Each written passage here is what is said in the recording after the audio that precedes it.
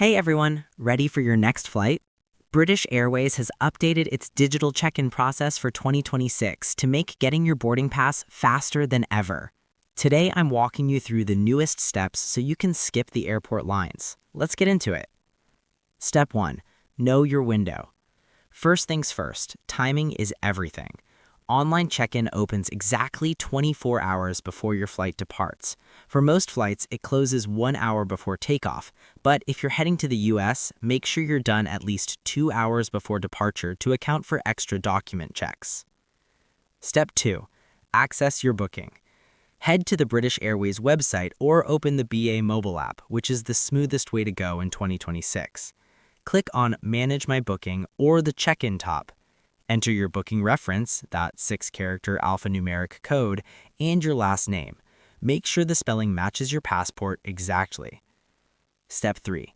Verify documents and API.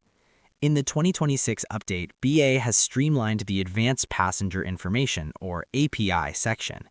You'll be prompted to confirm your passport details. If your destination requires a visa or an ESTA, the app now features a document upload tool to verify these digitally before you even leave the airport. If you see a passport check required alert, don't panic. You'll just need to stop by an assistance desk at the airport. Step 4. Select your seat and add bags. Now for the fun part. You'll be shown the seat map. If your fare allows, you can choose or change your seat here. This is also your last chance to add extra checked bags at the discounted online rate. Once you're happy, hit Confirm Check-in. Finally, choose how you want your boarding pass. Mobile Pass, the best option. Save it to your Apple Wallet or Google Pay.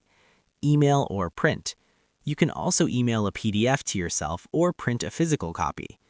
Pro tip, in 2026, you can download boarding passes for up to 8 people in your group onto a single device. If you're traveling with hand luggage only, you can now head straight to security. I hope this helped you out, and I see you in the next one.